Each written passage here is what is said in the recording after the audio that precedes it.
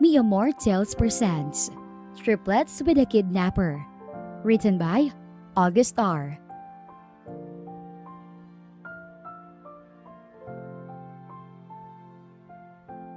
Sunod-sunod na tumango si Chin sa mga katagang sinabi ni Audie. Alright, I understand. Sige, alis muna ako. May kailangan akong asukasuhin sa bayan. Mamimili na rin ako ng pagkain natin dito. Ani Odelon. Ano pa lang nandyan sa loob ng kwarto na yan? Napayuko si Chin nang imbes na sagutin siya ay masama siya nitong tinitignan. Sorry, nakakatakot ang lalaki. Masyadong masama ito kung tumingin. Siguro dahil sa kulay itim nitong mga mata. Sige na, I need to go. Paalam ulit ng lalaki. Mag-iingat ka. Pinanood ni China Marie Almonte ang lalaki na bumaba ng hagdan at lumabas sa front door. Nang mawala ito sa kanyang paningin, ay bumalik ang atensyon niya sa pinto ng silid na ipinagbawal nitong pasukin niya. Anong meron sa loob? Kuryosong tanong niya sa sarili. Dahan-dahan niyang hinawakan ang doorknob at bahagyang pinihit. Halos lumabas ang puso niya sa kaba nang bumukas iyon. What the? Gulat na gulat siya sa mga nakita sa loob ng silid. Pictures? Of me? Ano to?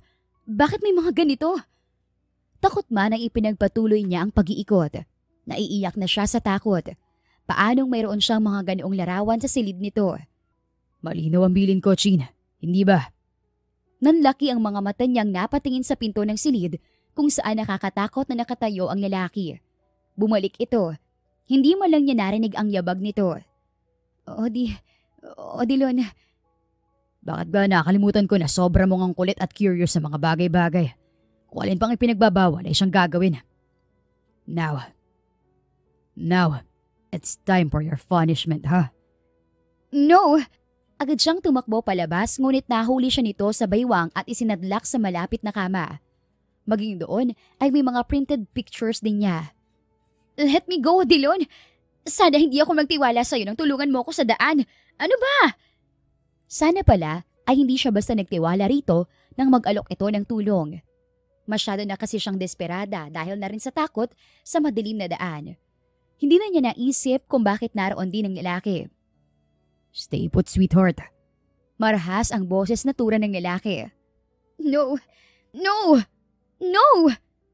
Nagumiglas siya nang makitang ikakadena siya ng lalaki. Bakit kailangan mo kong itali? Ano ba, Odi? Parang awa mo na. Ayoko na rito. Uuwi na lang ako. Ngumisi ang lalaki bago ipinagpatuloy ang pagtatali sa paa niya sa kama. Ano ba? Ngayon pa ba na nasa akin ka na? Matagal ko na itong pangarap. At hindi ako papayag na basta ka nalang mawala. Ang tagal kong plano na kunin ka, pero mahigpit ang bantay mo. Tapos ngayon na may pagkakataon. No, di ko to palalampasin. You obsessed stalker!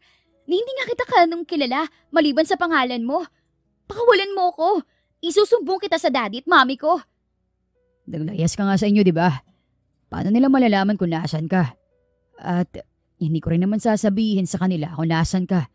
Kahit na magtanong sila at humingi ng tulong sa parents ko at sa akin mismo.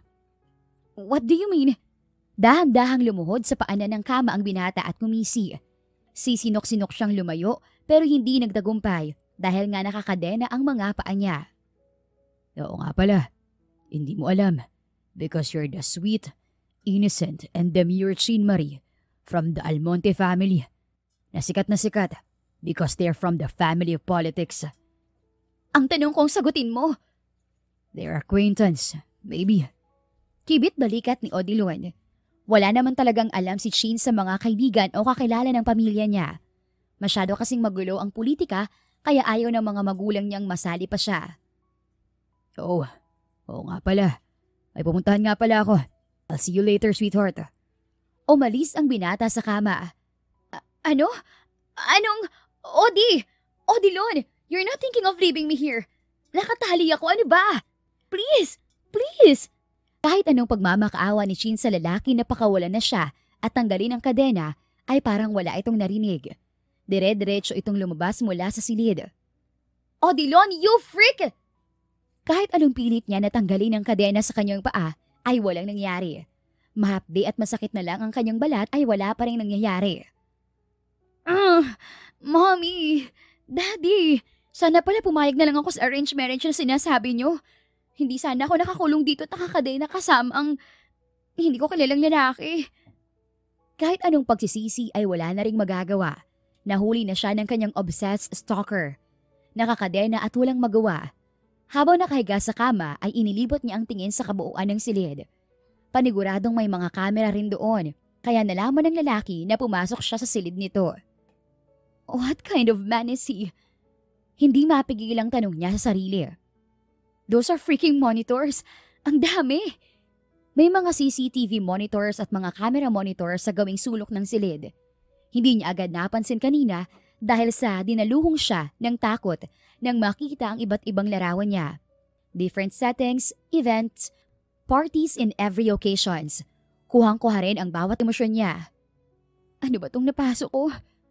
Kahit natatakot at nag-aalala, ay nakatulugan pa rin siya. Dahil siguro sa pagod at exhaustion. Nagising na lamang siya na may humahaplos na sa kanyang pisngi at marahang boses na tila siya ay hinihele. Sweetheart, gising na. Kakain na tayo ng dinner. Jean. Sa dahan-dahang pagbubukas ng kanyang mga mata at inaantok pa, ay naaninag niya ang nakangiting mukha ni Odie. Ay. Agad siyang pumiglas at lumayo sa binata. Huwag kang lumapit sa akin, you stalker. Hinahanap ka na ng mga magulang mo. They even mobilized the police and I think, even the army. Wow, kakaiba talagang pamilya mo, Jean. You psycho! Malakas itong humalakhak na ikinatindig ng balahibo niya. Hinawakan siya nito ng mahigpit sa braso. I am not a psycho, sweetheart. Well, siguro nga, oo. Baliw. Baliw na baliw sa'yo. Naisipan ko na nga noon na patayin ang boyfriend mo. Kaso naisip ko, maghihiwalay rin naman kayo so useless ang pagod ko sana. Hindi mo siya makakanti. Mariing sikmat ni Jean sa lalaki. Dahil galing siya sa maharlikang pamilya. I don't think so. Ikaw nga na apo ng former president, takuha ko. Bitawan mo ako. Ano ba? Makikita mo, kapag nahanap ako ng pamilya ko, makikita mo talaga. Pilit niyang pinapatapang ang sarili dahil sa oras na yun ay wala siyang kakampi kundi ang sarili niya. Hindi siya dapat magpadaig sa takot. Ngumisi lamang ang lalaki. Alam mo, sweetheart, kung ma-impluwensya sila, ano pa ako, di ba? Bakit? Anong pinagmamalaki mo, ha? Yung pagiging stalker mo? Yung pagiging obsessed mo? Saan ka ba dadalhin yan? Aray! Nasasaktan ako! Bitawan mo ako! Galit na wika niya nang hawakan siya nito ng mahigpit sa braso. Behave, sweetheart, para hindi ka masaktan. Marahan ang boses pero may pagbabanta ang bawat salita na binibitawan ng lalaki. Bukod sa nasa arming lolo ko, may koneksyon na daddy ko. I have my own Jean. Don't underestimate me, baby. I can hack. Pwede kong i-hack ang system ng business nyo hanggang sa malugi. Oh, I can also hack the system of the illegal organizations out there. So, wag mo kong husgahan, okay? Kailangan niyang maging matapang, pero sa pagkakataon na yun, habang nakatingin sa nagbabagang mga mata ni Odilon, ay tila siya maliit na usa sa harap ng mabangis na leon. Ang sama mo? Mariing-an niya kay Odilon. Kahit na masakit ay hiniklat niya ang braso mula sa pagkakahawak nito. Namula na nga at sigurado siyang magpapasa ang mga yon mamaya lamang. Unti-unti nang nawawala ang takot ni Chin para sa binata. Napapalitan yon ng disgusto at pagkamuhi. Pero sa halip na patulan ay iba ang isinagot ni Odie. Let's eat, sweetheart. Nagluto ko habang natutulog ka kanina. Mangha niya itong sinundan ng tingin. Paano ito nagagawang magsalita ng ganon at kumilos na parang wala lang. She gritted her teeth because of anger. You're impossible. Humalakak ang lalaki. I know, sweetheart. I know. Come on, kumain na tayo. Hindi niya maintindihan ang takbo ng utak nito. Pero siguro, sa ngayon, kailangan niya munang maging sunod-sunuran at magpakabait sa lalaki. Iyon lang ang naiisip niyang paraan para hindi nito masaktan at baka makakita rin siya ng pagkakataon na makatakas sa poder nito. Sira ulo ka ba? Paano ko sasama sa'yo sa kusina kung nakakadenang pa ako? Di ka nag-iisip? Oh, sorry sweetheart. May dinukot ito sa bulsa. Ang susi. Lumuhod ito sa paanan niya at marahang tinanggal ang kadena. Hinaplos pa nito ang paa niya dahil nagsugat na agad. Sorry, Jean. Gagamutin ko ito mamaya pagkatapos natin kumain. Inirapan niya ito at mabilis na bumaba ng kama, ngunit hindi niya inaasahan na sobrang manhid na ng paa niya, kaya matutumba siya. Malakas siyang napatili. Mabuti na lamang ay nasa lusya ni Odilon. Hinapit siya nito sa baywang at magkadikit na magkadikit ang kanilang mga katawan. Nakatingala siya sa binata at nakayuko naman ito sa kanya, kaya pati ang kanilang mga ilong ay magkadikit na rin. Careful, sweetheart. Baka masaktan ka. Ang mainit at mabangong hininga ng lalaki ay dumatama sa kanyang muka. Natauhan siya. Mabilis niya itong tinulak. Bitawan mo nga ako! Hindi. Ano? Singhal niya rito. Hindi kita bibitawan, Jean Marie. Tulala si Jean hanggang sa makarating sila sa kusina. Alalay siya ni Odi sa pamamagitan ng paghawak nito sa kanyang baywang. Hindi naman siya makapalag dahil talagang masakit ang paa niya. This is your favorite, right? Kain ng kain, Jean. Ang payat-payat mo. Komento ng lalaki habang nilalagyan siya ng mga pagkain sa plato. Paano mo naman nalaman na favorite kong seafoods? Yeah. Naalala ko na. Obsessed stalker nga pala kita. Kaya baka kahit kaliit-liit ang impormasyon na tungkol sa akin, ay alam mo. Let me think. Your gestures. Kapag sobrang sayo mo, you'll gotta clap your hands 3 times while laughing. At kapag naiinis o nagagalit, you're gonna squint your eyes and stay quiet. Inirapan niya ito. Huh? Obsessed freak? Kain na, Jean. Niluto ko lahat yan para sa'yo. Wika ni Odi na nilagyan pa ng kanin at ulam ang kanyang plato. Pati ang baso niya ay nilagyan rin ito ng tubig. Gusto mo ng juice? Soft drinks?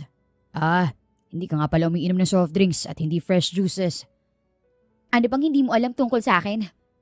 Mapait na usisa ni Jean kay Odilon. Unti-unti ay nilalamo na naman siya ng takot. Kaya pala parang laging may nakatingin at nanonood sa kanya. Akala niya ay mga bodyguards lamang na padala ng kanyang ama, kaya binabaliwala niya. Hindi mo ba alam na maaari kang makulong sa ginagawa mo? Kung talagang gusto mo ko, hindi mo gagawin ng ganito. Papakawalan mo ko at hahayaan na mamuhay ng walang takot. No, Jean Marie. This is how I express myself. Ganito ko na ipapakita pagmamahal ko. Ani Odilon. Hindi pagmamahal yan, Odilon. Hindi. Obsession yan at nakakaawa ka dahil hindi mo makikilala kung anong pagkakaiba ng dalawa. Bawiin mo sinabi mo. Nagangalit ang ngipin na hiyaw ng lalaki sa kanya. Ang mga mata nitong malambot na nakamasid kanina sa kanya ay muling nagbaga at nakakatakot na nakatingin sa kanya. Hindi mo alam ang nararamdaman ko. Hindi mo alam kung anong hirap ko para lamang makasama ka rito. Hindi mo alam ang sakit na nararamdaman ko nung magkaroon ka ng boyfriend. Kaya wag mo akong husgahan. Napalunok siya pero hindi niya ipinakita rito na natatakot siya. Talaga ba? Hindi naman kasi ako interesadong malaman. Noon, pero sisiguraduhin ko na sa mga susunod na araw ay magkakaroon ka ng pakialam sa akin, Jean. Huling sabi nito bago tumayo at akmang lalabas ng kusina. Where are you going? Hindi mo ako pagsisilbihang kumain? Magpapalamig muna ako ng ulo. Kumain ka muna mag-isa sa ngayon. No, hindi ako kakain hanggat walang nagsisilbi sa akin. Alam kong alam mo na hindi ako kumakain na walang nagsisilbi. Dahil prinsesa ako sa amin. 2 yaya ang nag-aasikaso sa pagkain ko. Not now. Seryosong sagot ng binata. Not gonna happen. Kukunin mo ko. Ikukulong dito tapos walang magsisilbi sa lahat ng kailangan ko. Mas gugustuhin ko talagang tumakas. Rinig ni Jean ang malakas na buntong hininga ng lalaki bago ito bumalik sa pagkakaupo sa tabi niya. Mas mabilis itong mamanipula kaysa sa inaasahan niya. Ano pang gusto mo? Marahan na ang boses nito nang magtanong pero ang mga panga ay nagngangalit. My fruits? Wait, ipagbabalat kita ng paborito mong mansanas. Nagpatuloy sa pagkain si Jean na animoy isang katulong ang nagsisilbi sa kanya.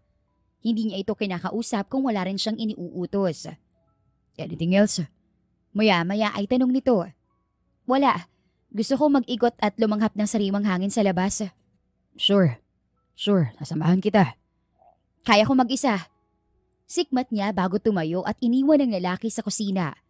Dire-diretso siyang palabas hanggang sa front yard ng bahay. Pero natigilan siya dahil sa mataas na bakod na nakapalibot sa kabuuan ng bahay. Paano ako makakatakas kung ganito kataas ang bakod? Even the gate is so massive and it's locked. Anya sa isip. Gusto mo sa likod? Mas masarap ang simoy ng hangin doon dahil malapit sa kakahuyan. Tara. Napaiktad siya nang magsalita mula sa likod niya si Audie. Inirapan lang niya ito. Kaya ko mag-isa. Nagdadabog siyang naglakad patungo sa likod. Ramdam niya ang pagsunod ni Audie pero hindi niya marinig ang bawat yabag nito. Bumalik ka na sa loob. Gusto ko mapag-isa. Okay. Safe naman dito kaya hindi ako mag-aalala. Safe nga. Kaya nahihirapan siyang mag-isip kung paano tatakas. Siguro, ngayon ay hindi siya sinasaktan ng lalaki. Pero natatakot siya na baka sa susunod ay saktan na siya nito. Ayaw niyang magtagal sa poder ng kanyang stalker. It's creeping her out. How can I even run off from here? I don't even have cash in my cards with me. Kinuha ni Audie maging ang phone niya at ibang gadgets. Napatingala siya sa kalangitan na puno ng mga kumikinang na mga bituin. Help me out. Please. Tutulungan saan? Do you need anything, sweetheart? Napalingon si Chin sa boses ng nagsalita. You love sneaking, no? At tinatanong mo pa talaga. Nagpapatulong ako na makatakas dito. Ayoko rito, para lang maintindihan mo. Hindi. Bawiin mo sinabi mo, Chin. Ayoko rito. Ayoko. Period. Kaya pakawalan mo na ako. Paalisin mo na ako. Mas gugustuhin ko pa na pumayag sa arranged marriage na ino-offer ni na mom and dad kaysa makasama ka. Sweetheart. Sinamaan lang niya ito ng tingin bago talikuran at muling tumingala sa kalangitan. Unti-unti nang nabatabunan ng mga ulap ang mga bituin. Bakit kailangan mong gawin sa akin to? Malalim na bumuntong hininga si Audie. Shin, wala akong masamang ginagawa sa'yo. Just don't be stubborn, please. Walang ginagawa? Ano pala tong pagkukulong mo sa akin dito? Even the stalking part was so creepy and so wrong. Tapos sasabihin mong wala kang ginagawang masama. Wag mo nga akong gawing tanga, Odilon. Sa kwarto lang ako, Chin. Pwede kang maglakad-lakad. Basta wag kang lalabas ng bakod, okay? Whatever. Masungit na tugon niya. She continued wandering around, checking the high fences and for a possible way out but there's none. Naiinis siyang pumulot ng maliit na sanga at ibinato sa bakod. Ngunit napaatras siya nang bigla ay yung mag-spark na parang may kuryente. May kuryente ang bakod? Paano na ako makakatakas kung ganyan? Wala nga talaga siyang choice kundi ang magpakabait pansamantala. Kapag nakuha na niya ang tiwala ni Audie, baka sakaling napayagan na siya nitong makauwi sa pamilya niya. Lulugulugo siyang bumalik sa loob ng bahay. Mabagal ang kilos niyang umupo sa couch. Nasa kwarto si Audie marahil at pinapanood siya sa monitors nito. Sa mga sumunod na araw ay ganoon pa rin. Minsan nag-aalis si Audie at gabi na umuwi. Tulad ngayon. Inintay mo ko. Sumibangot siya. Bakit ko naman gagawin yun? Ano palang ginagawa mo rito sa labas? Malamig na at baka kinakagat ka na ng mga lamok dyan. Pumasok na tayo sa loob ng bahay. Malambing na sabi ni Odilon sa kanya. Ayoko. Nagpapahangin ako. Hinawakan siya ni Audie sa braso at mabilis niyang iwinaksi ang kamay nito nang marinig niya ang mahina nitong tawa. Nagpapahangin, pero ang lamig-lamig na ng balat mo, Chin. Kanina ka pa siguro rito. Pumasok na tayo sa loob. Ayoko nga kasi. Pumasok ka kung gusto mo. Ano nga? Lumingon pa ang binata sa loob ng bahay at nang makitang madilim ay muli siyang binalingan. Bakit ko nga ba nakakalimutan? Takot ka sa dilim at sa multo. Hindi Mariing tanggi niya. Bakit madilim? Hindi mo binuksan ang mga ilaw. Paano ko bubuksan kung wala naman yatang kuryente? Halos umusok na ang ilong niya sa inis. Tara na sa loob. Malalamigan ka ng husto rito. Sa loob na natin hintayin na magkakuryente ulit. Tara na, Chin. Wala bang multo dyan? May narinig akong kumalabog kanina eh. Wala, sweetheart. Akong bahala. Come on. At ubiling man ay sumunod na si Chin sa binata papasok sa loob ng madilim na bahay. Nakahawak siya sa laylayan ng t-shirt nito at halos idikit na niya ang sarili sa likod nito. Ang bilis mo namang maglakad, Audie. Baka madapa ako. I don't see anything. Ano bang klaseng bahay to? Ni walang solar o kahit emergency lights man lang. Sorry about that, sweetheart. Ani Odi bago dahan-dahang bumaba ang palad at hinawakan ang kamay niya upang alalayan siya ng maayos. They are now holding each other's hand while walking in the dark. Oh my gosh! Baka may humawak sa aking multo, Odi. Tili niya. Wala nga multo rito, Chin. Wag mo nga akong tawanan, hinayupak ka. Ang dilim! Ni wala ka talagang inilagay kahit isang emergency light? Hindi na matapos na reklamo ni Chin. Wala, babe. Stop calling me that. Okay, sweetheart. Kakainis ka. Lahat na lang yata tinawag mo sa akin. Baka nga mga tawag mo yan sa mga babae mo. Ikaw lang, Shane Marie Almonte. Huwag ka na magselos. She scoffed and pinched his hand because of irritation.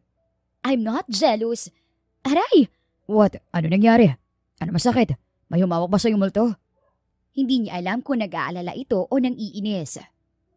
Nabangga ang hiniliit ko sa kanto ng mesa. Aray! Ouch! It hurts! Ay, ano ba naman kasi itong bahay na to, Odilon? Talagang hindi ako makakatagal dito. Sanay kasi ako sa dilim, Chin. Nakakakita rin ako kahit na madilim, kaya hindi na ako nag-abala pang maglagay ng mga ilaw. Napaisip siya sa sinabi ni Odilon. Ibig sabihin ay well-trained ito? Baka rin miyembro ito ng isang illegal na organization dahil sa hacking skills ito.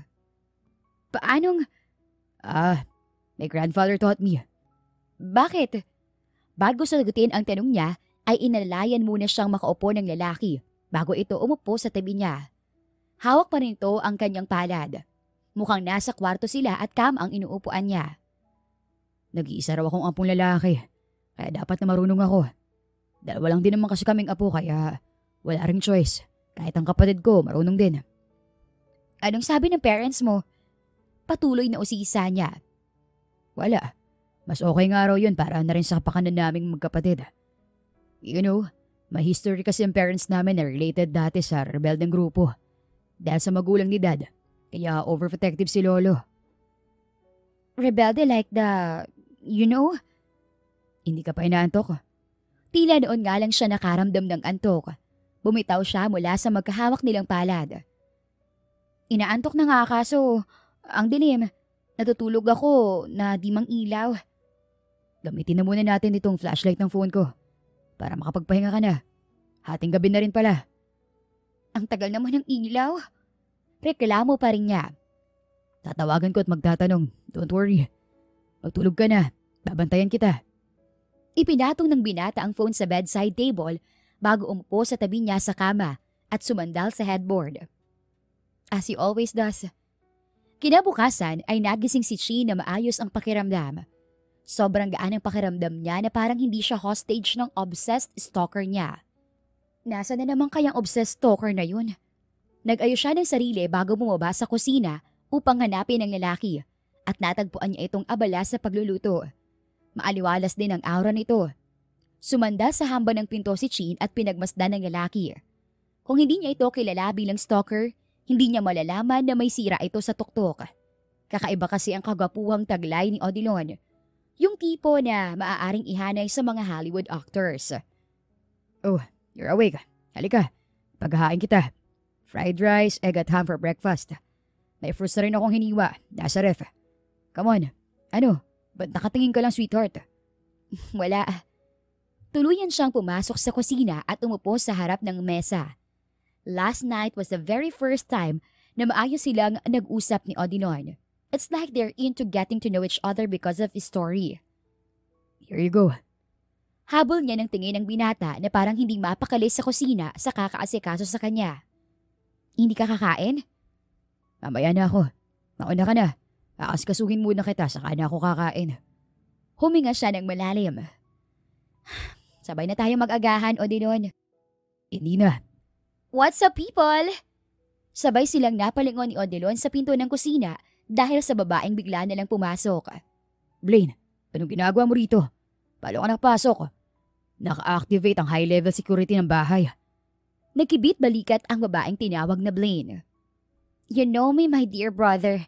Walang makakapigil sa akin when I want to do something. So, ito palang pinagkakaabalahan mo rito. ang maging katulong ng isang demure, innocent princess of the Almonte family. You know, Miss Almonte, hinahanap ka na ng pamilya mo. Kung gusto mo nang umuwi, you can ask for my help. Willing ako. Agad na kumontra si Odilon. Blaine, you brat. Lumayas ka rito. Alis. Hindi kita kailangan dito. Para namang gusto kong pumunta rito, Odilon. Parang haunted house itong bahay mo. Nang asar na ani Blaine, nakangisi pa sa kapatid. Ano palang ginagawa mo rito kung ganun? Umupo ang babae sa tapat na upuan ni Chin at basta dumampot ng isang sunny side up egg at kinain. Hinahanap ka ni Lolo. Puntahan mo raw siya at may kailangan yata si Tito Rod. Ayoko. Okay lang naman na hindi ka sumipot. Basta raw, wag mo raw aasahan na may gamit ka pa sa kwarto mo pagbalik mo galing dito sa pakikipagbahay-bahayan mo sa Almonte Princess. Hinahanap nga rin niya ng ex niya sa royalty. Bakit ako hinahanap ni Nathan? Nauutal na tanong niya. Binalingan siya ng kapatid ni Odie. I don't know. Baka gagawin kang bridesmaid sa kasal nila ni Infanta Shana. Blaine, watch your words. Dumagundong ang boses ni Odilon sa buong kusina. Bahagyang nanlaki ang mga mata ni Blaine. Tinabunan pa ang bibig na animo gulat na gulat. Oh, you're not over with your ex? Ano ba yung pinagsasabi mo? Never mind that, sweetheart. Tapusin mo ng pagkain mo at bumalik sa kwarto. Papaalisin ko na si Blaine ngayon din. Hindi na niya tinapos ang pagkain. Umalis siya sa kusina at dumiretso sa kwarto. Ayaw na niyang maalala ang bagay na yon. Malapit na rin naman siyang makamove on pero may kaunting kirot pa rin. Sheen, sweetheart, may I come in? Pumakatok sa labas ng pinto ng silid ang lalaki. Come in. Sorry about my sister. Hayaan mo, hindi na makakabalik yun dito. Nanatili siya nakatanaw sa labas ng bintana. Hindi man lang tinatapunan ng tingin si Odie na nakatayo sa tabi niya. Are you upset? Hindi na mauulit, sweetheart. Nananan siya ang boses ng lalaki habang nagtatanong. Wala namang dapat na ika-upset, Odie. Ayos naman na ako. Kasalanan ko rin naman yun kasi kaya kami naghiwalay. But it's okay. All is fine. I know all the story. I'm your obsessed stalker, remember? Sa halip na matakot tulad nung una niyang makilala ang lalaki, ay natawa siya sa sinabi nito. Oo nga pala. How can I forgot that, no? Nagtawanan silang dalawa. Iyon ang simula ng pagkakasundo ni Chin at Odie. Mabilis na lumipas ang mga araw. Sheen, anong ginagawa mo riyan? Nilingon niya ang lalaki na kakapasok lang sa sala. Oh, hi Odie. Nakauwi ka na pala. Nahulog sa ilalim ng sofa ang phone ko. Hindi ko makuha. Hindi ko naman maiusog ang sofa dahil mabigat. Ganun ba? Sige ako na. Tabi ka muna, iuusog kong upuan. Akmangahakbang siya nang sumabit ang paa niya sa paa ng mesita. Matutumba siya. Mariin na lamang siya napapikit at tinanggap ang mangyayari sa kanya. Pero imbes na sa matigas na semento siya bumagsak, ay sa matigas na dibdib ng binata ang bagsak niya. But then, she wasn't hurt, especially her lips that landed on Odilon's soft lips. Sorry. Akma siya nga alis sa ibabaw ng lalaki nang higpitan nito ang kapit sa kanyang baywang at mas lalo siyang idiniin sa katawan nito. Odilon. A simple kiss never satisfies me, baby. So, may I kiss you again? Hindi na nakasagot pa si Chin nang pagpaliti ng binata ang kanilang pwesto. Ito na ngayon ang nasa ibabaw niya. Pagkatapos ay agad siya nitong dinaluhong ng halik sa mga labi. Wait, Odie, saglit. Ano ba? Mahinang tumawa si Odie habang bumababa ang halik nito sa kanyang mga panga hanggang bumaba sa leeg. You love my kisses, sweetheart. You love it? Nakakahiyaman pero sinabi pa rin niya ang totoong nararamdaman. Oo. Gusto ko. Shall we continue? And then, it happened. Something happened between them. Mabilis na lumipas ang isang buwan. Nasanay na rin siya na nasa loob lang ng bahay. Intimate moments happens between them from time to time. Pero hindi pa rin siya tuluyang nagtitiwala. Red flag pa rin ang binata. Stalker pa rin niya ito at obsessed pa rin ito. Aalis ka? Tanong ni Chin kay Odie. Kasalukuyan siyang nakahiga sa kama at pinapanood ang binata na magbihis. Ipinapatawag ako ni Dad. Pag-uusapan daw ang tungkol sa negosyo. Ayaw raw kasi ni Blaine ay handle. Kaya wala naman akong choice kundi ang tanggapin. Sagot nito. Sige, akma itong lalabas na ng kwarto nang tawagin niya. Bakit? May kailangan ka? Kunot noong tanong ng lalaki sa kanya. Kinakabahan man ay kailangan niyang subukan. Pwede ba akong lumabas? May bibili lang ako sa mall. Babalik din naman ako rito. Agad ang dinaluhong ng kaba at takot si Chin nang ang mga galit na mata ni Odi ay tumuon sa kanya. Bakit? Anong bibilin mo? Lahat na ng kailangan mo narito sa bahay. Bakit kailangan mo pang lumabas? Gusto ko lang mag-mall. Medyo naiinip na kasi ako rito. Malalaki ang hakbang na lumapit sa kanya ang lalaki at hinawakan siya ng mahigpit sa magkabilang braso. Nahulog tuloy ang tapis niyang kumot at humantad sa lalaki ang kanyang dibdib. O baka naman, may kikitain kang lalaki, Chin Marie. Tatakas ka ha? Ariko, nasasaktan ako, Odilon. Ano ba? Ano pa bang dapat kong gawin para pakawalan mo ako? Hindi pa ba sapat na binibigay ko sa iyo lahat, Chin? Hindi pa ba sapat na mahal kita? Ano pa? Hindi magiging sapat ang lahat ng ibinibigay mo, Odilon. Hindi sapat ang mga ipinapakita mo. Alam mo kung bakit, ha? Dahil simula pa lang, mali na tong ginagawa mo. You obsessed freak! Aray! Natulala si Chin. Hawak ang pisngi at hindi makapaniwalang napatingin sa lalaki. How dare you slap me? Chin, sweetheart. Sorry. Nabigla lang ako. Sorry. Akma siya nitong hahawakan nang umiwas siya. Hindi alintana ang kahawadan na tumayo siya sa kama at nagtungo sa banyo. Chin, sweetheart, please, talk to me. Sorry na sampal kita. Nabigla lang ako, Chin. Panay ang katok ni Odi sa pinto ng banyo pero walang pakialam doon si Chin. Tulala siya sa harap ng salamin. Ang luha ay tahimik na bumabagsak. May sugat ang gilid ng labi niya at mahapdi ang pisngi. Chin. Umalis ka na, Odi. Pumunta ka kung saan mo man gustong pumunta. I want to be alone. Sorry, sweetheart. Babalik ako agad. Nang masiguro na wala na sa labas ang lalaki, ay pinakawalan ni Chin ang malakas na hagulhol. Ang sakit at puot na tumanim sa kanyang puso ay pinakawalan niya sa pamamagitan ng pag-iyak. Nakalugmok siya sa sahig ng banyo. Yakap ang sarili. Paano kung ba ako makakaalis sa impyernong bahay na to? Chin? Chin Marie, nasan ka? Napangat siya ng tingin sa pinto ng banyo nang marinig ang pamilyar na boses. Ang kapatid yun ni Odi na si Blaine. Nagtapi siya ng towel sa katawan at mabilis na lumabas. Tumambad sa dalaga si Blaine na akmang kakatok sa pinto ng banyo. Sa likod nito ay may isang hindi pamilyar na lalaki. Blaine, please help me. Help me get out of here. Ano nangyari yan sa pisngi at labi mo? Sinasaktan ka ni Odi? Sinampal niya ako. Sumbong niya. That freak! Inalalayan siya nito para makaupo sa kama bago balingan ng lalaki na kinukutingting na ang mga monitors ni Odi. Mitsuki, ano ba yan? We need to hurry. Ikuha mo na kahit anong may susuot si Chin. Thank you, Blaine. Kailangan mo makaalis dito. Wala na sa matinong pag-iisip ang kapatid ko. Baka hindi lang yan ang abutin mo kapag nagalit siya ng tuluyan. Ilalabas ka namin dito. Naghihintay sa labas ng daddy mo. Ha? Alam ng daddy mo kung nasan ka.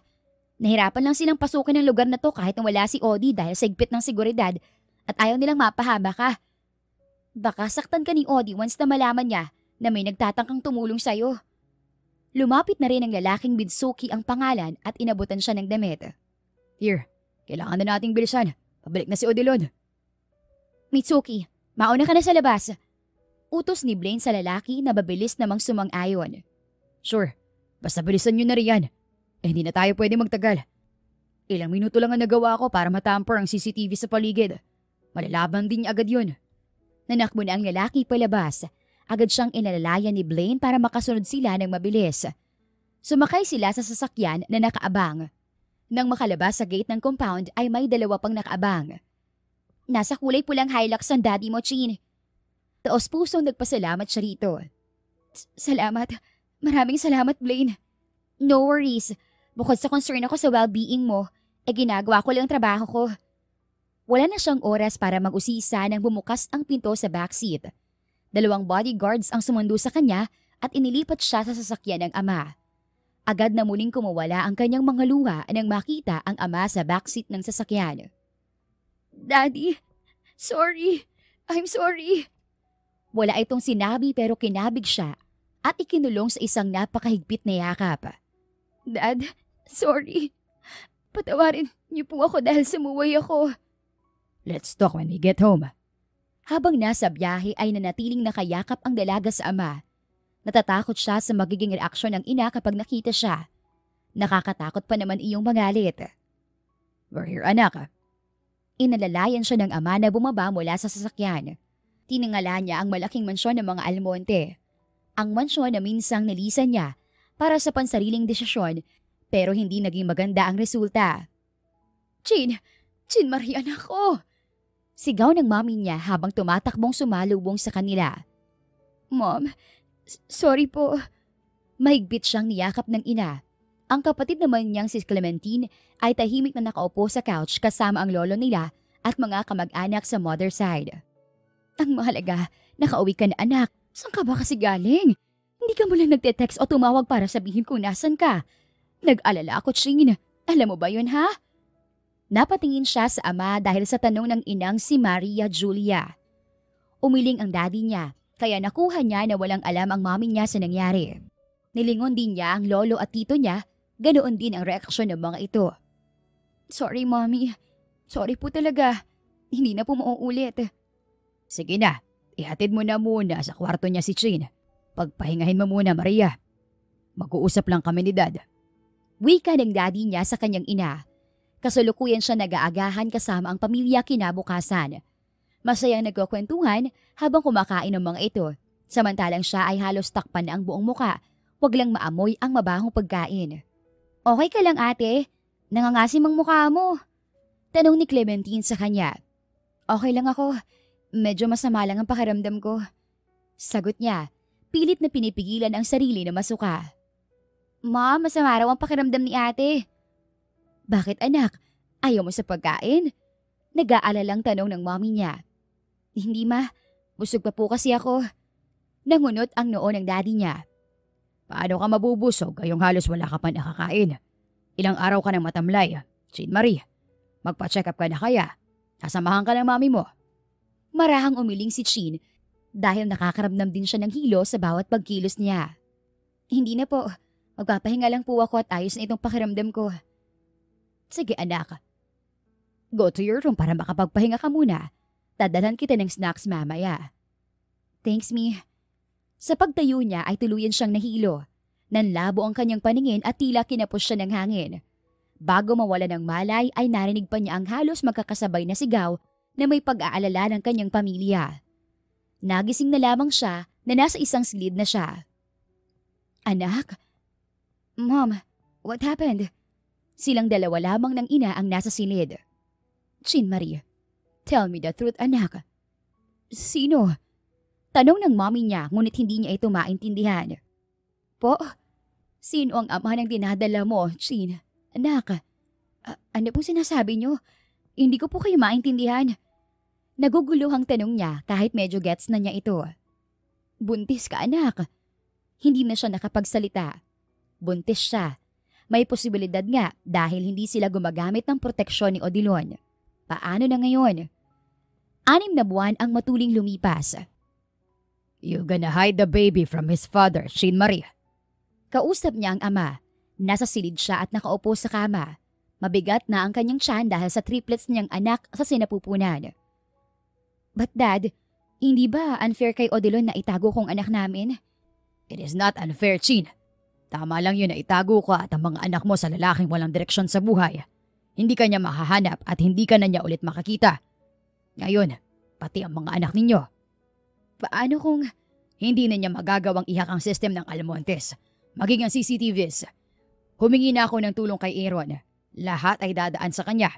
He's monitoring Odilon's activities too. Kaya wag ka na mag-alala anak. Baka makasama yan sa mga apo ko. Aminin man niya o hindi, she misses Odilon sometimes. Pero mali ang naging simula nila. Siguro kung magbabago na ang lalaki sa mga susunod na araw, baka sakaling magbago ang desisyon ng daddy niya na ipalam dito na magkakaanak na sila. Yes, Dad. Sige na, Magpahinga ka na muna at maya-maya ay maglalakad-lakad kayo ng mami mo sa hardin. Masyado palang mainit ang araw. Naglakad-lakad din sa umaga si Sheen. Si Clementine naman ang kanyang kasama bago ito pumasok sa eskwela. Yes, Daddy. Sige na, maiwan na muna kita. Nang maiwang mag-isa si Sheen ay natulala siya sa kisame. Dahan-dahan pa siyang umusog palapit sa bedside table dahil naroon ang phone niya na tumutunog. May tumatawag na unknown number. Hello? Sino to? Walang sumasagot. Hello? Ibababa ko na lang kung hindi ka magsasalita. Sheen, love, I miss you. Sagot ng boses lalaki sa kabilang linya. Odi? Bumalik ka na sa akin, Sheen. Please, miss na kita, love. Baka sa boses ng lalaki ang lungkot at pagsusumamo. Bakit kita babalikan kung simula pa lang? Wala naman talagang tayo. Sheen, nagmamahalan tayo, hindi ba? Bumalik ka na. No, there's no us, Odilon. Kaya wala akong babalikan. Paano ka nakatawag? Humalakak ang lalaki sa kabilang linya. Hindi ako kaya ng hacker ng daddy mo. Wait. Nagtatakang tinitigan ni Sheen ang phone nang naputol ang tawag.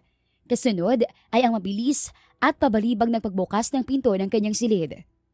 Sheen, ayos ka lang ba? Tanong ng Tito Darius niya na humahangos na pumasok. Kasunod ay ang kanyang ama. Tito, Dad, bakit po? Nagtatakang tanong niya sa dalawang lalaki. Anak, tumawag si Aaron. May nakalusot daw na tawag mula kay Anang kanyang ama. Tumango si Sheen. Yes, Di. Nakausap ko siya. Pero agad din namang naputol. Nagawan agad siguro ni Aaron ng paraan. Naalis na ako, check. Babalik ako kapag nalaman ko kung nasaan ang lokasyon ng siraulong yun. Masyadong magaling magtago at madulas. Anang tito niya sa kanyang ama. Tahimik silang mag-ama hanggang sa makalabas mula sa silid ang Tito Darius niya. Dad, walang alam si Odi tungkol sa anak namin. Bumuntong hininga ang daddy niya. Hinawakan siya nito sa magkabilang palad. Anak, kung may problema ka, magsabi ka lang, okay? Malalampasan mo rin ito, Sheen. Malakas ka, anak. Hindi problema ang mga anak ko, Daddy. Kung wala man silang makikilalang ama sa hinaharap, gagawin kong lahat para mapunan ng kulang sa buhay nila. Magiging ama at ina ako sa mga anak ko, Daddy. Hindi na nagsalita ang daddy niya. Kinabig na lamang siya nito sa isang yakap habang hinahaplos ang kanyang tiyan. Mabilis pa na lumipas ang 3 pang buwan. Due date na ni Sheen. Kasalukuyan na siya nasa labor room sa Villarreal Hospital. Kasama niya ang ina. Nasa labas ang daddy niya at kasama ang ilang bodyguards. Mommy, ang sakit. Ang sakit-sakit na po. Iyak ni Sheen. Masakit na talaga ang kanyang tiyan. Humihilab iyon ng husto. Malapit na anak. Konting tiis pa. Padating na si Doc Lou. Nasa cesarean si Sheen. Hindi niya kaya ang normal delivery dahil triplets ang mga anak niya. Gising siya habang kinukuha ang kanyang mga anak sa sinapupunan pero wala siyang maramdaman dahil sa anesthesia. Nawalan siya ng malay habang nililinisan siya. Nagising siya na nasa isang private room na. Mom, ang mga anak ko. Wala pa. Nililinisan pa sila anak. Don't worry. Nandoon ang Tito Darius mo para magbantay. Nasa labas naman ang daddy mo para hintayin ang triplets. Natatawang pahayag ng ina. Huminga siya ng malalim. Magsisimula na ang tunay na laban niya para sa mga anak. Ang pagiging ina. Ate, they're so cute! Hiyaw ng papasok na si Clementine. Kasunod dito ang 3 nurse na may bitbit na sanggol. Anong ipapangalan mo sa kanila, anak? Inihiga sa tabi niya ang mga sanggol. Tinitigan ni Sheen ang mga sanggol. Magnus, Orland, Charlene. Being a mother is not easy, especially with the 3 naughty kids. Sobrang likot ng 3. 5 taon na kasi ang mga ito. 6 na taon na ang matuling lumipas at hanggang sa kasalukuyan ay nagagawa pa rin niyang itago ang mga anak sa ama ng mga ito. Maging sa pamilya nito at kay Blaine na nakakausap niya minsan. Magnus, mahulog ka rin anak. Babari yan. Baba sa sofa. Magnus, baby. Upuan yan anak, hindi apakan. Masyadong malikot at makulit ang panganay na si Magnus, kaya ito ang tinutuunan niya ng pansin. Saglit niya itong hiniwalayan ng tingin para i-check naman si Orland, at halos atakihin sa puso dahil sumasampa na ito sa hampa ng bintana. Si Orland naman ay adventurous at lahat ay gustong subukan. Binuhat niya si Magnus at tinuupo sa playmat sa tabi ni Charlene na abala sa kakapindot sa phone. Mukhang ito yata ang nagmana sa hacking skills ng ama. Look for your kuya anak. I'll go get your kuya Orland. Yes, mommy. Masunuring sagot ng babaeng anak. Very good. Puri niya rito. Yes, mommy. Singit ni Magnus. Gusto ring mapuri. Hinaplos niya ang ulo ng dalawang bata bago tumayo at pinuntahan si Orland na akmang tatalon. Sinalo ni Chin ang anak. Ay naku Orland anak, gusto mo bang mabalikan ng buto? No po, mommy. Nakangusong sagot ng pangalawa sa triplets. Binuhat niya ito at dinala sa tabi ng dalawang kapatid. Si Magnus ay nakahiga na at nakataas ang paa sa sofa. Si Charlie naman ay nasa dating pwesto pa rin. Kaya anong dapat gawin ha? Sa mababa na lang po aakyat. Malokong sumagot ang panganay niyang anak. Nasa punitsin ang noo dahil sa itinura ng anak. Anong sa mababa Magnus? Dapat, hindi na po aakyat ulit. Behave na po. Agad namang kumontra ang pangalawa. Where's the fun in that po? Nasa po na lamang niya ang noo. Diyos ko, ano bang mga natutunan niyo sa kuya Mavi niyo? Si Mavi ay kapatid ng asawa ng pinsan niya. Mami, kailan ulit bibisita si kuya po? Tanong ni Charlene. Umupo na rin siya sa playmat. Babantayan na lang niya ang mga anak. May mag-aasikaso naman ng pagluluto ng pagkain dahil may dalawa silang kasambahay sa bahay. Busy sa school ang kuya Mavi. Tsaka malayo ang Pilipinas anak. Hindi agad makakapunta ang kuya. Kasalukuyan silang nasa Spain. Malayo kay Odilon. Kailan tayo uuwi, mami? Miss ko na po si Lolo eh. Tsaka magandang car ni Tita Tin. Miss ko na mag-ride sa horse. Tura ni Orland na nakakuyakoy. Napapangiwi na lamang si Shane sa mga pinagsasabi ng mga anak. Hindi pa sa ngayon mga anak. Bakit po? Si Charlene iyon. Kasunod ay si Magnus. May pinagtataguan po tayo, mommy. Like hide and seek, yung game namin. Nauubusan siya ng isasagot sa mga tanong at pangungulit ng mga anak. Hindi niya na alam ang gagawin kapag ganoon. Hindi pa siya pinauuwi ng ama sa Pilipinas. Noong huling beses kasi na lumabas sila ng mga anak at nagtungo sa mall, ay nakita siya ni Odie. Mabuti na lamang at nakasakay na noon sa kotse ang tatlo. Wag nang maraming tanong mga babies ha. Play na lang kayo riyan. May gagawin lang si mommy saglit sa kusina. Ikukuha niya ng snacks ang triplets para mabaling na roon ang atensyon ng mga ito at para hindi na rin magutom sa paghihintay ng lutong pagkain. Ate, hindi ako makatulong sa pagluluto ah. Naglilikot na naman yung dalawa. Anya sa kasambahay na nagluluto. Okay lang, Chin. Sige na, baka kung ano na naman ang palabas ni Orland at Magnus. Tumango siya at mabilis na bumalik sa sala. At tama nga ang sinabi ng kasambahay. May palabas na naman ang dalawa. Nasa ibabaw ng mesita si Magnus at animoy lilipad. Si Orland ay nasa ilalim na ng sofa. Magnus! Orland! Anong biling ni Mommy? Agad na saway niya sa dalawang anak. Huwag aakyat po siya mataas. Oh, mababa naman po ang mesa, Mommy. Ani Magnus. Binuhat niya ito at ibinaba. Si Orland ay hinila niya sa paa para makaalis sa ilalim ng sofa. Anong ginagawa mo sa ilalim, Orland? I saw a big spider, Mommy. Gusto ko po maging pet ang big spider. Hirap na hirap siya sa kakasaway, kababantay at kakaalaga sa tatlo, pero worth it naman. Napapagod siya pero hindi sumusuko. Mahal niya ang mga anak. Hindi na muna niya iisipin ang ama ng mga ito. She's just going with the flow.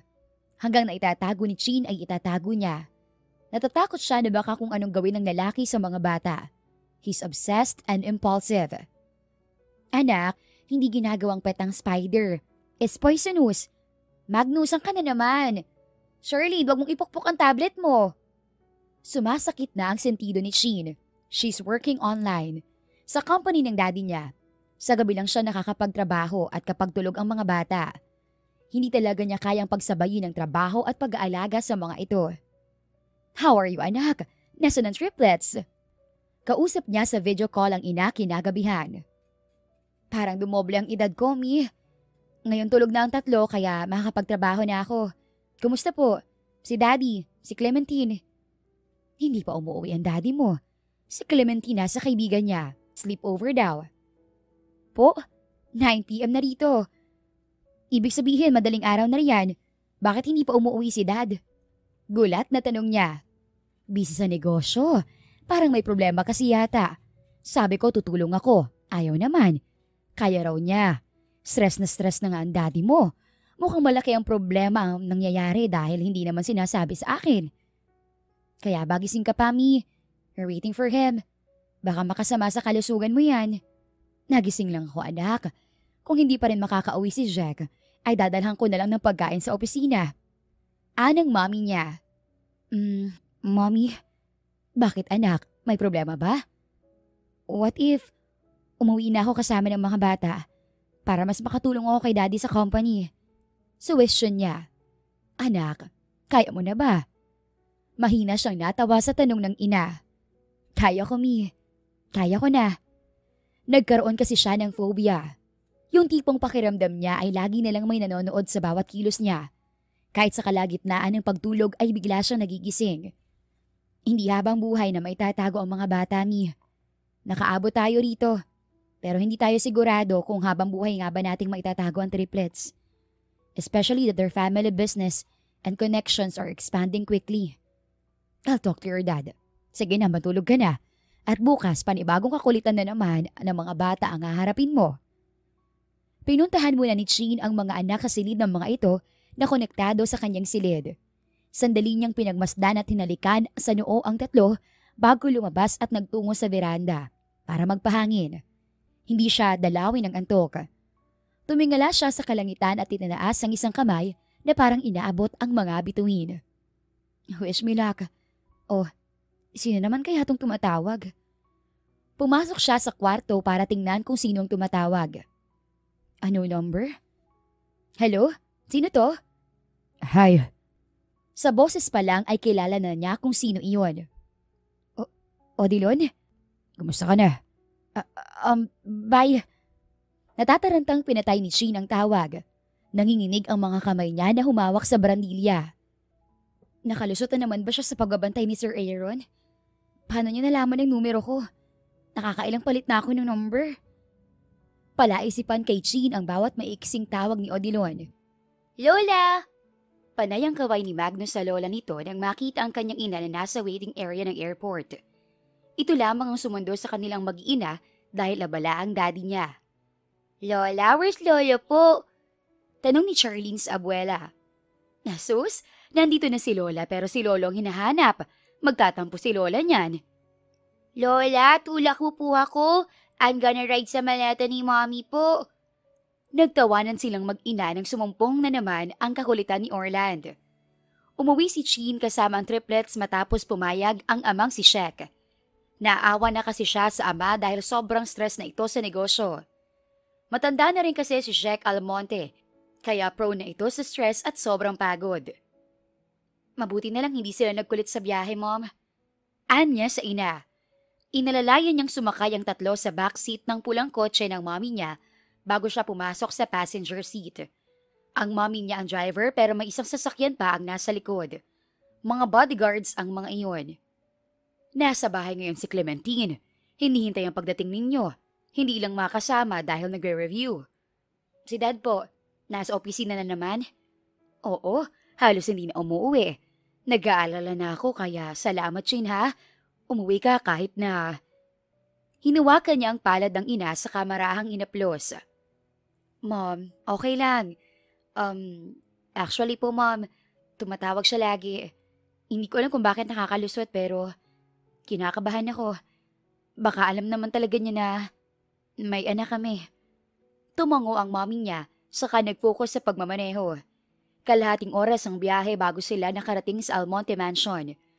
Sinalubong sila ng kapatid niya na mabilis na bumaba mula sa hagdan. Ate, I miss you. Hello, triplet babies. Tita!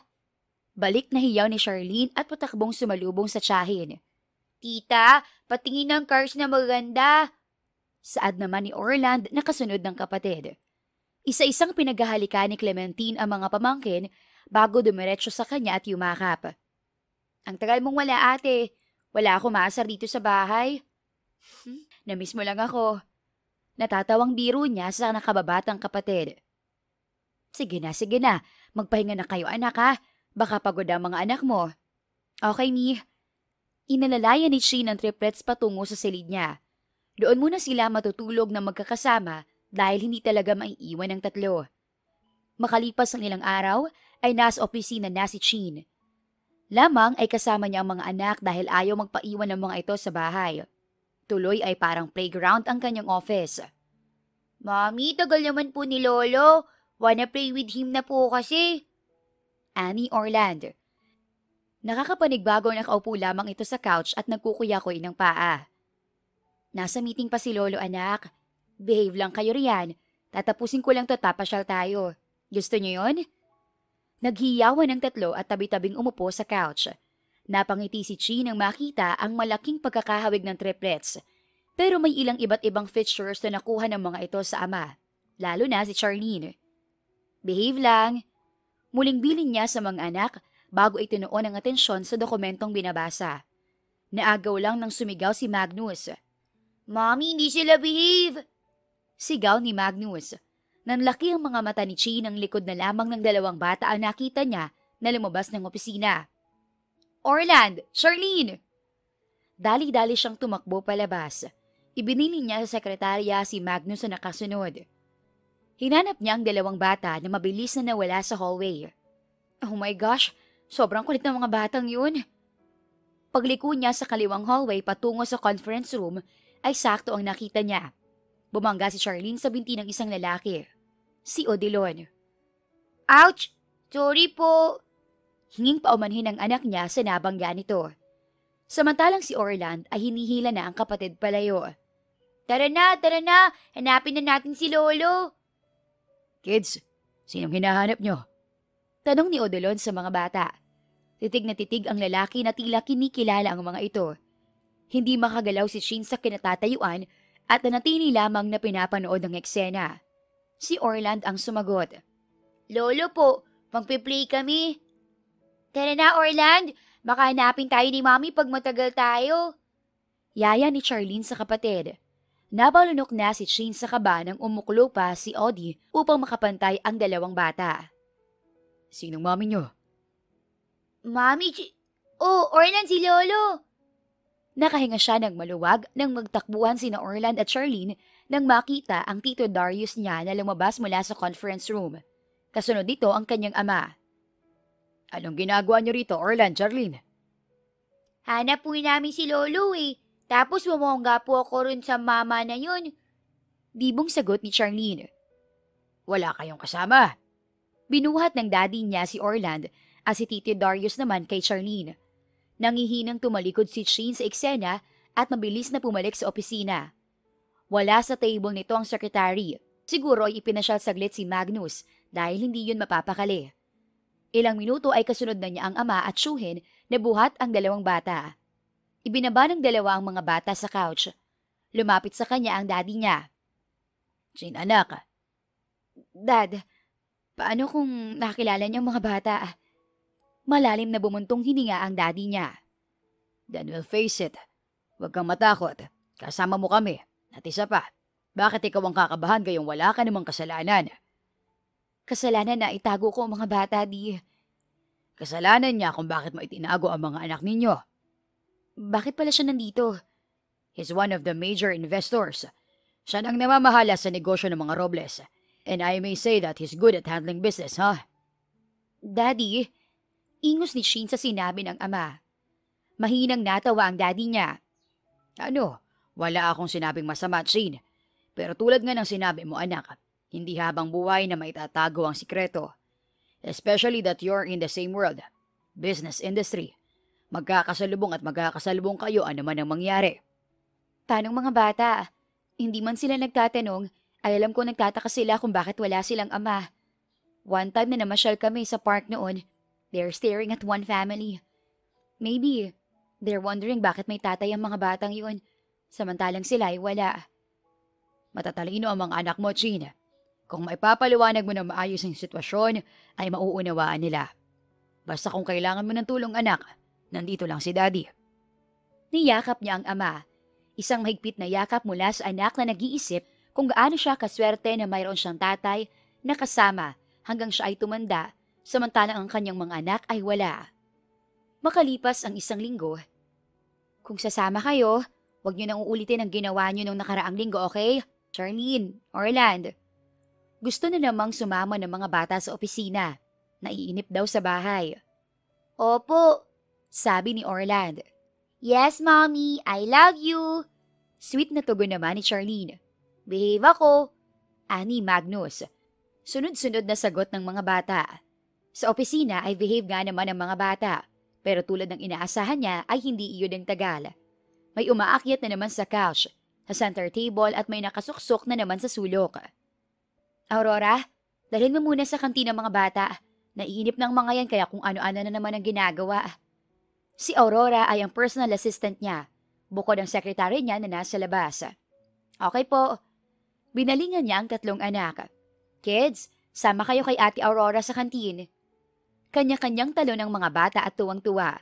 Si Chi naman ay nagtungo na sa conference room kung saan gaganapin ang meeting. Kasama niya ang secretary.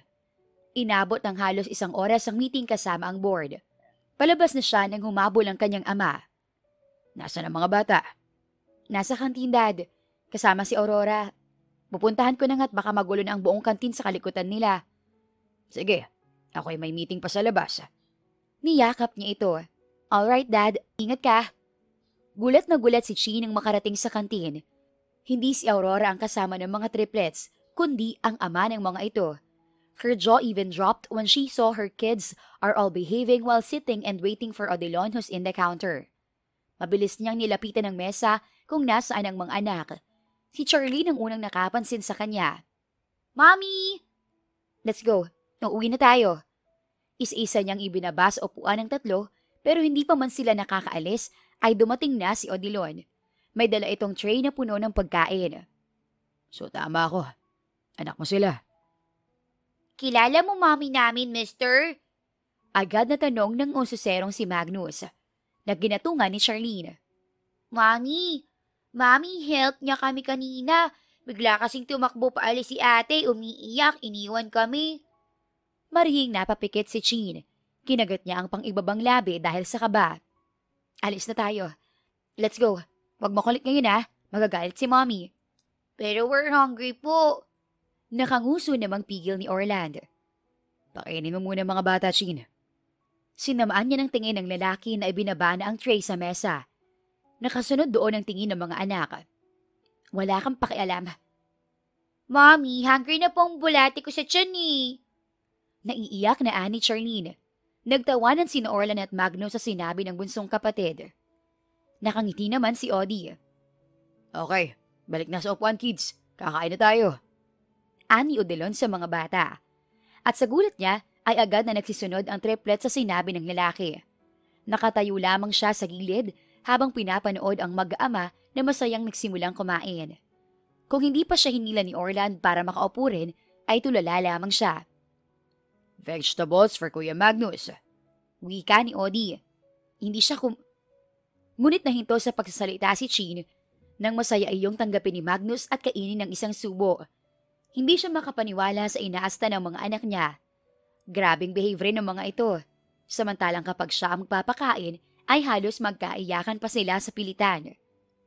Yummy! Tuwang-tuwang hiyaw ni Charlene. Charlene anak, hindi ka pwede sa maraming meat. Bilin niya. Bakit? Usisa ng lalaki. Hindi kasi siya agad natutunawan. Sumasakit ang tiyan niya kapag ganon.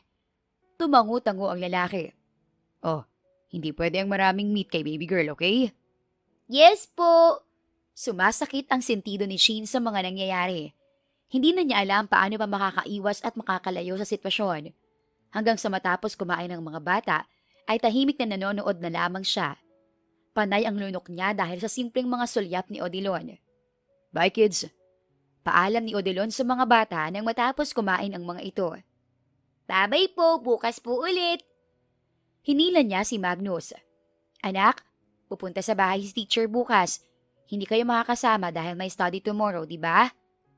Sa next na araw po. Si Orland iyon. Hindi rin. May business trip si Mommy. Marahang sagot ni Chin. Si Charlie naman ang nagtanong. Next po. May study na ulit. May teacher na nagtutungo sa bahay para turuan ang mga bata. Homeschooled ang mga ito para rin sa kaligtasan dahil sa sobrang kalikutan. Mabuti na lamang at hindi na nangulit ang mga bata. Kakatuwang masunurin ang mga ito ngayon. Ipinasok niya ang mga triplets sa opisina at hinarap ang lalaki. Anong kailangan mo, Odilon? Are you still stalking me? No. Ano to ha? Pati mga anak ko dinadamay mo. Please lang, wag na wag mong babalakin na kantiin ang mga anak ko. Wala akong ginagawang masama, Chin. Nasyempo lang na nakita ko sila sa kantin kaya tinulungan ko. Wala akong balak na masama sa mga anak mo. Natin. Nanlaki ang mga mata niya. Anong natin? Anak ko, Odilon. Huwag kang hibang. Alam ko, Chin. Ramdam ko na anak ko rin sila. Huwag mo nang itago, pwede ba? Hindi makapaniwalang napatitig siya sa lalaki. You're impossible. You're still stalking me, right? Ilang beses ko bang sasabihin na nagbago na ako, Chin? Yes, naaminin ko. I am tempted. Kaya minsan tinatawagan kita. But that's all. Wala nang iba. Gusto kong patunayan nagbago na ako. Yes, I'm still obsessed for you. But I know na hindi magiging maganda kapag nasobrahan at magagalit ka. Kaya tinis ko.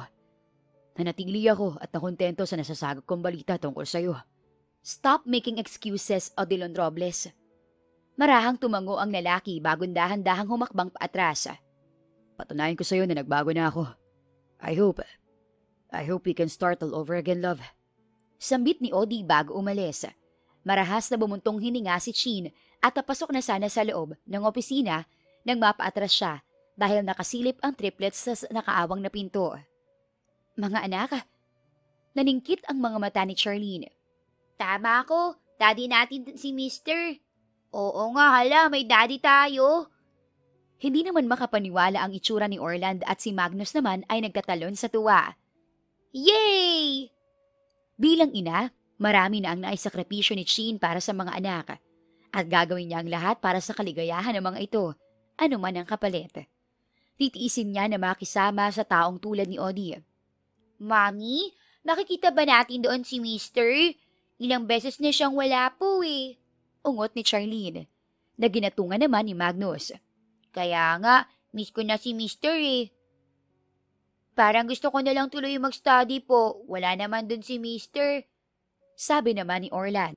Ilang beses pa lang na nakakasama ng triplet si Odi ay agad na itong tumatak sa mga bata. Lagi nang hinahanap. Baka wala mga anak. Sa mall kasi tayo pupunta. Wala naman dun si Mister. Naisipan niyang ipasyal ang mga anak dahil Sabado. Nakakapanibago na behave ang mga ito. Isang saway lamang niya ay agad na sumusunod. Namimili siya ng mga damit para sa triplets nang bigla na lamang sumigaw si Charlene at tumakbo palabas kasunod ang dalawang kapatid. Mister! Charlene, come back here! Magnus! Orland! Napatakbo na rin tuloy siya palabas. Nag-aalala na baka hindi naman ang lalaki ang nakita ng mga ito. Pero natigilan siya dahil sa eksenang naabutan. Si Odi nga ang nakita ng mga ito. Buhat ng lalaki si Charlene habang nakayakap naman sa binti nito ang dalawa. Malawak ang mangiti sa mga labi. Kamusta? Namiss ba ako ng mga makukulit na yan? Opo, Daddy. Bakit ang tagal mo pong nawala, Daddy? Oh, I miss you so much po, Daddy. Sunod-sunod na wika ng tatlo. Tila hinaplos ang puso ni Chin sa nakakita at naririnig. Pinigil niya ang mga luhang nagbabantang bumagsak mula sa kanyang mga mata. Dahan-dahan siyang tumalikod. Masayang-masaya ang mga anak niya. Kung sasawayin niya, ay hindi niya kakayanin ang makita ang luha ang mga mata ng mga ito. Talaga? Namiss ko rin kayo mga anak. Hindi makapaniwalang tanong ni Odilon sa tatlo. Mommy! Hindi pa man siya tuluyang nakakalayo, ay narinig niya ang hiyaw ni Charlene. Nang lingunin niya ay masayang kumakaway sa kanya ang triplets. Malambot naman ang mga matang nakatingin sa kanya si Odi. Si Magnus ang unang humingi ng paumanhin. Sorry, nagtakbo po kami palabas, Mommy. Nakita po kasi namin si Daddy, Mommy. Daddy na talaga ang tawag ng mga ito kay Odilon. Okay lang. Okay lang mga anak. Basta, basta happy kayo. Okay lang kay mommy. Well, fate really works with the people who deserves the love. Marami man ang problema at komplikasyon, ang pagpapatawad lamang ang tanging solusyon. Kinabukasan, ay dinalaw siya ni Odilon sa kanyang opisina. Totoong wala akong alam na may anak tayo, love. Sadyang malakas lang yata ang lukso ng dugo nang makita ko silang nagtatakbuhan sa hallway. Paliwanag ni Odilon nang maihatid na sila sa mansyon. Huwag mo akong inuuto, Odilon. But it's true. True. Ba't tatawagan mo ako kahit na napapalit-palit na ako ng number? Tsaka may nagbablock na ng tawag mo dapat? Bakit nakakalusot ka? Kunwaring naiinis na tanong ni Chin. Love, black hat hacker to. Anong laban ng white hat hacker nyo? Napakayabang. Masama ang black hat hacker, di ba? Umupo si Odi sa couch. Oo yata, pero depende na lang sa tao. Ako kasi, ginamit ko lang naman ang hacking skills ko sa pang-i-stalk ko sa'yo. At proud ka pa.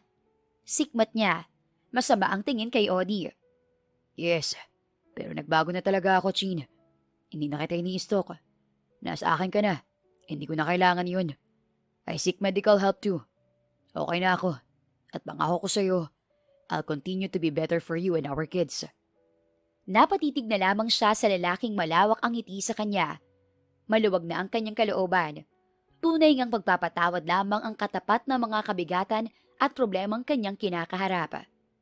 Yeah, tanging nasabi niya. Sheen welcomes Audie in her life again, with open arms. After a year, he proposed to her. Pinayagan na ito ng kanyang ama sa buhay nilang mag-iina nang mapatunayan nitong nagbago na talaga ito.